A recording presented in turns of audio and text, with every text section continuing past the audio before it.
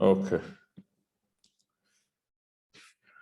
Bismillah ar-Rahman ar-Rahim. Alhamdulillah Rabbil Alameen. Wassalatu wassalamu ala Muhammad wa ahli baytihi at-tayyibin at-tahirin. Allahumma salli ala Muhammad wa ali Muhammad wa ajil farajahum. Well, we left off talking about Nabi Ayyub alayhi salam, and Shaitan was making the life miserable as he could for Ayyub. So many things happened to him, and then he could never break Ayyub. Inna Allaha ma'as sabirin. Verily, Allah is with the patient ones. And Ayyub had sabr, so Allah was always with His prophets and those who have sabr. So anything came Ayyub's way, he never broke or caved in, or he was always Alhamdulillah ala kulli hal. Praise be to Allah in all the situations. So when Shaitan saw that there was no other way to break Ayyub, he went to some monks who lived in the surrounding mountains, and they had been Ayyub's companions. And he made them suspect Ayyub, and he convinced them to ask about those trials that he had faced, to come down and to leave their monastery and to ask Ayyub about these things. So they traveled to Ayyub, and when they approached his shelter, the mules refused to go any closer. It said the smell that emanated from Ayyub's body. So they bound the animals to each other to prevent them from running away, and then proceeded on foot to see their old friend. This is the narrative of the book, but also we have some narrations that say that Nabi Ayyub alayhi salam had no such smell, that this is no such thing happened with Ayyub, because this is a deficiency. But we see that the author explained it, and we talked about it previously, that because this smell would be a hindrance of people coming to their prophet, but he said these people already trusted their prophet, so it was no hindrance of coming to him. Anyhow, these monks, they came, and when they saw his body, and they saw the illness that he had, and they saw the condition of his home, or we cannot even say home, it is like a shack. And then the suspicions Shaitan planted in their minds were confirmed. So they told him, Ayyub, until now we have had no better opinion about anyone as we had with you. You were the best in our eyes. However, we believe Allah has punished you this way because some sins that you have secretly done, or because your good deeds and your acts of worship and all of these things that you have done them showing off and not for sake of Allah subhanahu wa ta'ala. So we beg you, these monks said, we are begging you to tell us what secret sins you did to anger Allah so much to do this to you.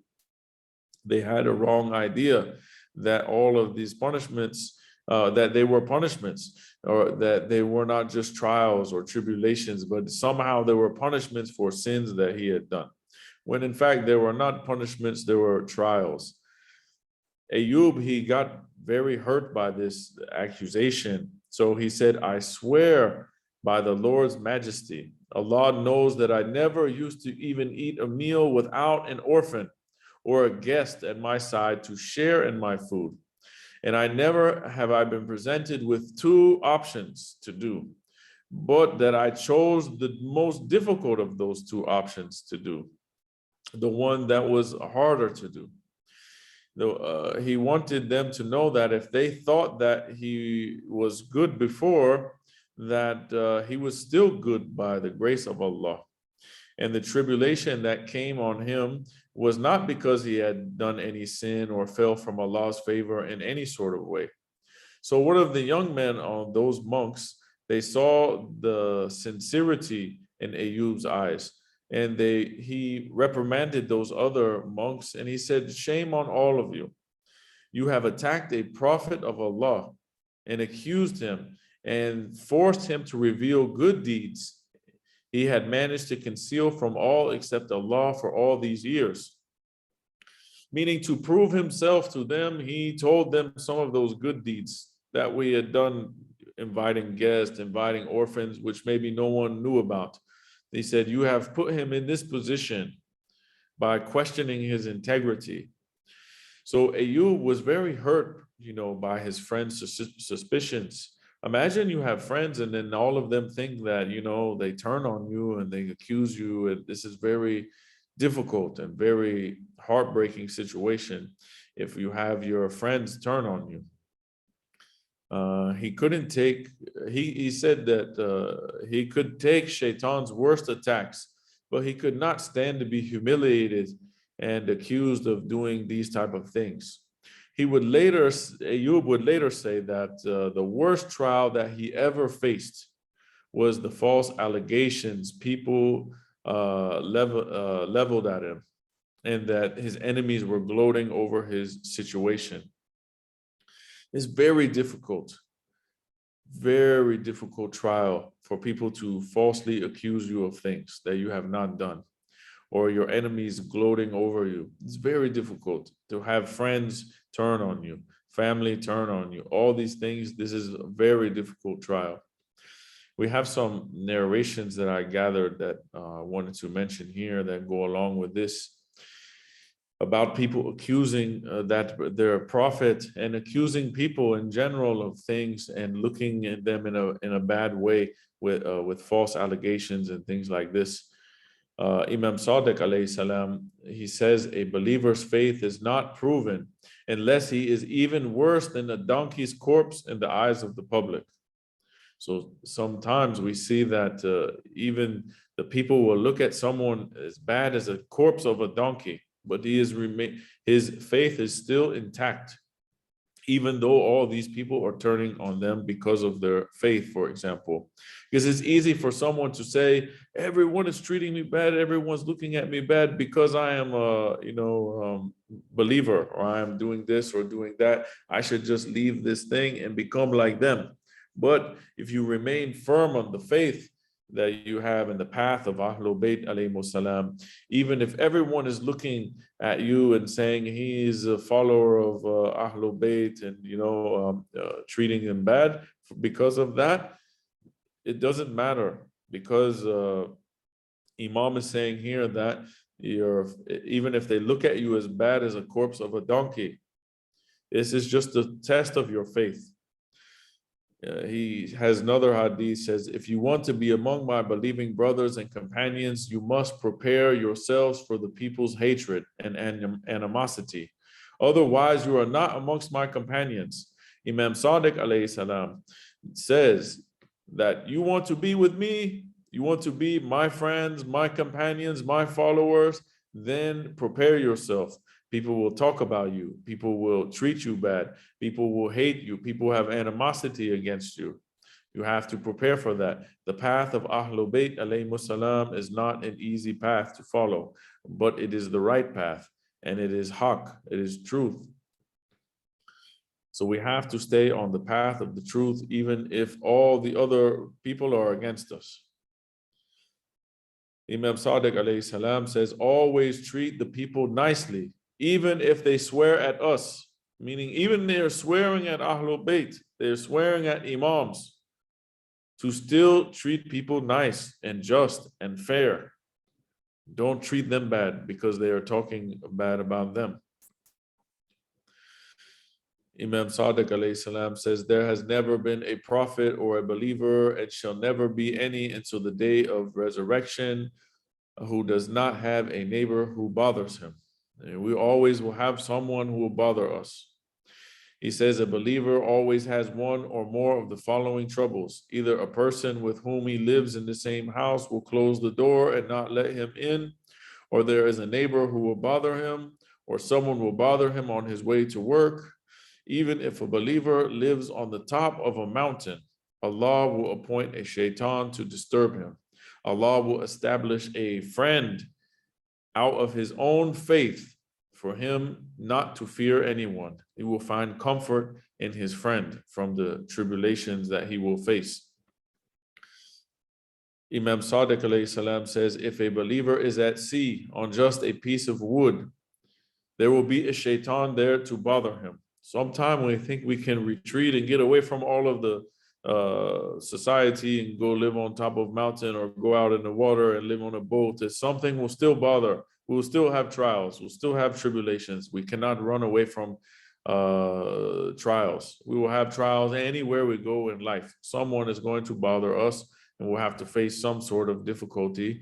Maybe the difficulty is different, but we will always face difficulty. So we have to be expecting a difficulty and deal with it in the best way that we have learned from examples of our prophets and Ahlul Bayt alayhimus salam. Imam Sadiq alayhi salam says that the harshest people with a religious scholar are those of the same belief, not others. These are all ahadith from Mishkat al-Anwar by Tabarsi. So we see that sometimes we think we're going to get the difficulties from outside. Maybe the Christian's going to bother me, the Jew's going to bother me, the kafir, the atheist, they are going to bother me because I'm a Muslim. But no, Imam is saying here that the harshest people with the scholar are those of the same belief, not the others. So a lot of the time we will see that we will get the scholar, maybe the other people are dealing nice with him, but his own community could be dealing rough with him. And this has happened many times. I have seen with many ulama. Imam Sadiq alayhi salam says, I feel sympathetic for three groups of people, and they should be treated with mercy. The first group is those who have suffered humiliation after having honor. They were in an honorable position, and then they were suffered, humiliation. It should be, he feels sympathetic towards these people because they have lost their honor. Now they're in that position. How they have came down, it's difficult to see them like that.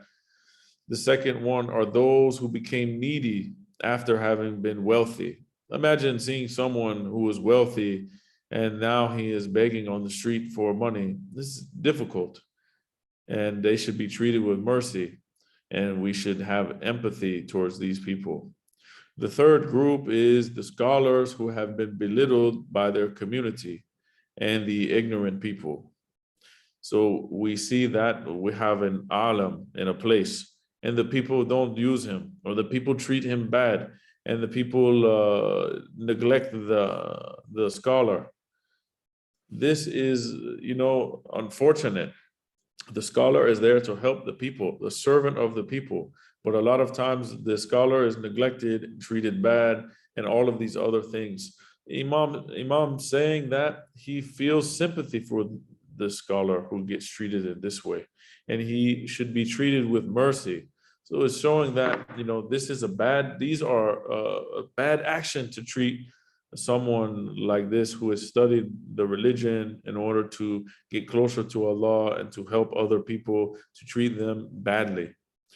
So we have to, so many narrations about honoring those scholars. He says he turned, so this is the narrations for this, when he was saying that this was the worst trial that he had faced. So Ayyub turned, at this moment, he is turning to Allah in desperation that, he has had so many trials and so many tribulations, and he has suffered all of these things for 7 years. Now he is turning to Allah to ask him to help him in this situation. So he needed affirmation from Allah himself that he had not displeased him in any sort of way, or that he had not been insincere in any sort of way, that it was not my fault at all. Like, Allah, let me know that it was not something that I have done to receive all of these things. So he said, my Lord, you know that I never used to eat a meal without an orphan or a guest at my side to share in my food. And never have I been presented with two options, both good, except that I have chosen the most difficult of those two. I have always done all of this to please you. Allah asked him rhetorically, Ayyub, who was it that inspired you to do this type of service? Ayyub started crying, and he only wanted, Allah's pleasure and to confirm, that he had not done any of these things to displease him. He didn't want to imply that he had done Allah any sort of favor, but his words had been wanting. So because sometimes we do action, right? We help a poor person, we do sadaqah, and we think somehow that we have done Allah a favor by giving sadaqah. Na'udhu billah. But he's saying that I'm not telling you these things to say that I have done you any sort of favor, but that I am following the way that you want me to follow and to do, and the actions that you have commanded us to do. So when he heard this from Allah, he felt that he should not have, maybe he shouldn't have said these words, and he should have just remained patient. So he grabbed a handful of dirt from under himself and he put it into his mouth to reprimand himself for misspeaking in Allah's presence. This is the humility that that Ayyub had before Allah subhanahu wa ta'ala. Then he realized that Ayyub realized he had reached his limit. 7 years, of these trials, we could not last 7 days, maybe 7 hours, 7 minutes through these things that Ayyub went without complaining. We would complain the first instance. As soon as the thing happened, we would be complaining. And now Ayyub was 80 years old. Never once during that whole time had Ayyub asked Allah to lighten his burden or relieve him of the hardship, but he turned to Allah and he asked him, he said, hardship has befallen me. You are the most merciful. And he said, Shaitan has afflicted me with exhaustion and torment. He's saying, I am exhausted from these trials, from these afflictions from Shaitan. So he says, Ya Allah, on this day I seek refuge in you, so grant me refuge. On this day I seek sanctuary in you from the strain of your trials, so grant me sanctuary. On this day I seek your help, so grant me your help. On this day I cry out for your aid against your enemy and mine, so come to my aid. On this day I seek your reinforcement, so reinforce me. On this day I seek your help to fulfill my task, so help me. On this day I place my trust in you, so suffice for me. On this day I hold fast to you, so hold fast to me. On this day I seek your protection, so protect me. On this day I beg you, so give me. On this day I seek your sustenance, so sustain me. On this day I beg your forgiveness, so forgive me. On this day I remember you, so remember me. And on this day I seek your mercy, so show me mercy. This was the dua of Nabi Ayyub alayhi salam. So immediately Allah sent Jibreel with the message to strike the earth with your leg. He couldn't move anything else, really. He was in very difficult, bad shape. So he did as he was instructed, and then a spring gushed out from underneath his leg. And Jibreel told him, this is a cool spring to bathe in and to take a cool drink from. As Ayyub used the water to, wash himself, his skin and his flesh and his limbs were restored completely. He took a drink of the water, and he says that the smell that emanated from him went away, and his entire body was as healthy as it had been 7 years prior. We see that Imam Sadiq alayhi salam, he says that those who follow the right way are always in hardship. Ayyub was in hardship for 7 years. Imam continues and says, but this hardship is for a short duration, and it will be followed by a long period of well-being. So these hardships, they come and they go. They last for a little while, but then they go away. And even if they last most of our life, this life is considered something short duration. What is this life compared to akhirah or eternity? So our life, our hardships may be in this world. For it may seem like a long time for us, But what is it compared to the next life where we will be rewarded for eternity, inshallah? So Ayyub was instructed to take his wife Rahma and return to his property that he had been living before in the town that he was previously, Bathna. When they arrived, they found their home completely restored, subhanallah. Their animals fattened and grazing happily on the land. As they drew nearer to their house, a door swung open and their entire family filed out to greet them. Allah promised Ayyub he would let him live another 73 years to match those years he had lived before the trials began. And he promised that he would redouble the number of children he already had. He did all of this out of his rahmah and his mercy, and as a reminder to those people with intellect who are devoted to worshiping Allah. Now we go through trials, Allah will reward us double for these. Allah will reward us more than and give us more than what we suffer, inshallah. So Allah was overwhelmed with gratitude and shukr to Allah subhanahu wa ta'ala. So he prostrated with tears running down his cheeks, it is mentioned. When we go through something, when we get some bounty and some good thing, it's recommended that we do sajda to shukr. We do one sajda, we say shukran lillah. Thank you to Allah subhanahu wa ta'ala for all of the things that He has given us. He said, the reunion complete, Ayyub set off with his sons to inspect their land. It was now the middle of the growing season, and as Ayyub looked into the distance, he saw that the neighboring farms were teeming with greenery. In stark contrast, his own land, it was kind of not taken care of because he wasn't there to replant these things because Shaitan destroyed this land 7 years earlier. So he looked toward the heavens. He said, my Lord, my Master, Ya Rabbi, Ya Sayyidi, you restored this lowly servant to health, but his fields are still damaged while the rest of the Bani Israel, their fields are green. Allah replied to him, Ayyub, take a clump of the clay and throw it into your fields, and I will make your fields grow. When he did that, his land became green before his eyes, and the plants started sprouting, and he was given a healthy crop of chickpeas. So Allah told him, Ayyub, now you have realized the true meaning of your name, for you have returned to health, blessing, family, property, and children after your lengthy affliction.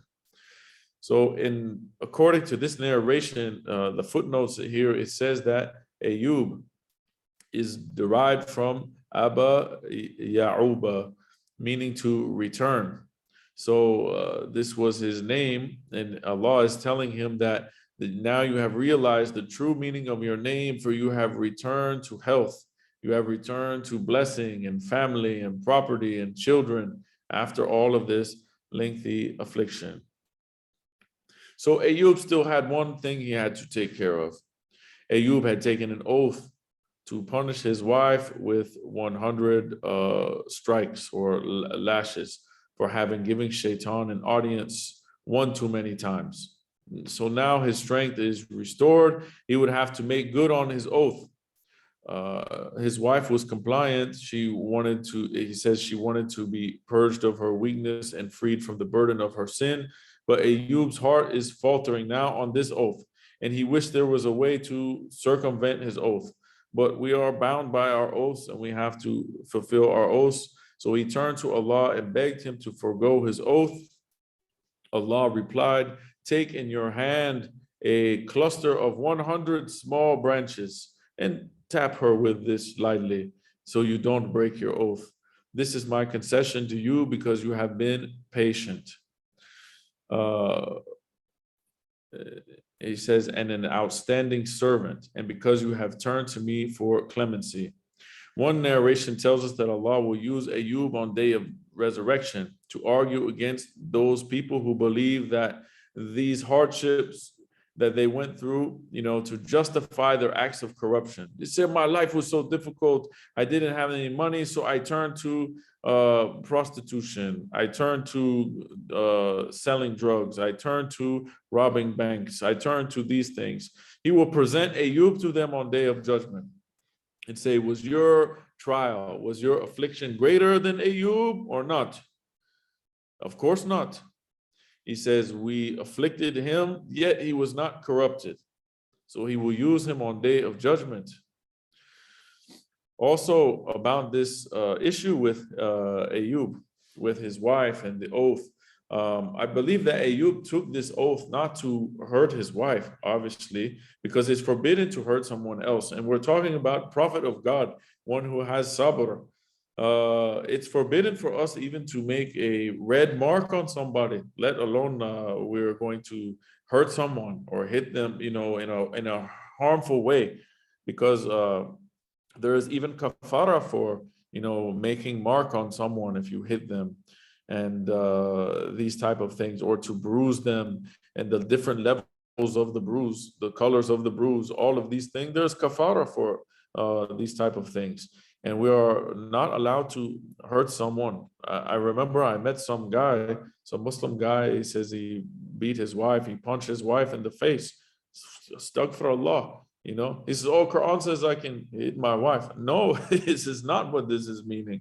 They are getting this very wrong and taking and not knowing. This is what happens when we don't follow path of Ahlul Bayt alayhi salam. They make their own interpretation and do what they want to do. This is not permitted. We're not allowed to do this. Many lectures have been given on this topic. People can search them and watch them. But I believe that he said this to her to show her the importance of how wrong her actions were, that she should not have given into shaitan and listened to shaitan, and he had warned her many times. And Ayyub has sabr, has patience, but to show her that even though I have patience, I make a vow that I would tap you, give you 100 lash. For example, something symbolic. It's not something to hurt someone. It's something that I tapped someone, but it is kind of to let them know that they shouldn't have done this thing. So Ayyub was, it showed the severity of what she had done by giving her ear to the shaitan and by disobeying the advice of a prophet. So what he did was he wrapped 100 of these small twigs and tapped her one time with this, and he fulfilled his oath. So hopefully this is clarifying this type of oath, because someone may take this the wrong way and think that Ayyub want to na'udhu billah, beat his wife and harm her and hurt her and all of these things. But this is forbidden in Islam to do this. So we have finished, alhamdulillah, with the chapter of Nabi Ayyub alayhi salam. And we see that, anything that we go through, these trials and these tribulations, that we should look at the example of Ayyub and follow the example of Ayyub. Allah subhanahu wa ta'ala says in Quran, Ya ayyuhalladhina amanu ista'inu bis-sabri was-salati inna Allaha ma'as sabirin. And Surah Baqarah, ayat 153, O you who believe, seek help. How should we seek help? With patience and prayer. Verily, Allah is with the patient ones. And we see that Allah was with Ayyub alayhi salam and restored what he had lost, because he went through these things with patience and perseverance and did not complain against Allah. And he continued to praise Allah even in the difficult situation, because we have to praise Allah in good times and bad times. No matter what type of situation we are in, we always have to be grateful and thankful to Allah subhanahu wa ta'ala. Nothing ever good comes from complaining. It's easy to complain, but we have to stop ourselves from complaining, and we have to be thankful and look on the positive side and trust in Allah subhanahu wa ta'ala that He will help us. So many lessons learned from this chapter, and inshallah, next week we will go into the next chapter of Nabi Shu'aib alayhi salam, and his name in English is Jethro. So we will cover that topic next week, inshallah. Sallu ala Muhammad wa ali Muhammad. اللهم صل على محمد